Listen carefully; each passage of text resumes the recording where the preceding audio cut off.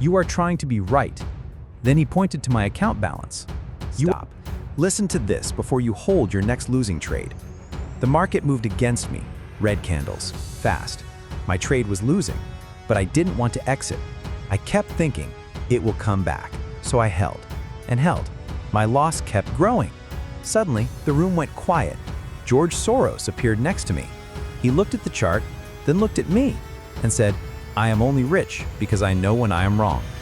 Then he told me a story. Back in 1992, during the British pound crisis, he believed the pound would fall, so he shorted the market. When the trade started working, he added more.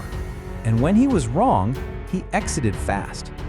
That discipline made him $1 billion in a single day. He pointed to my losing trade. You are trying to be right. Then he pointed to my account balance.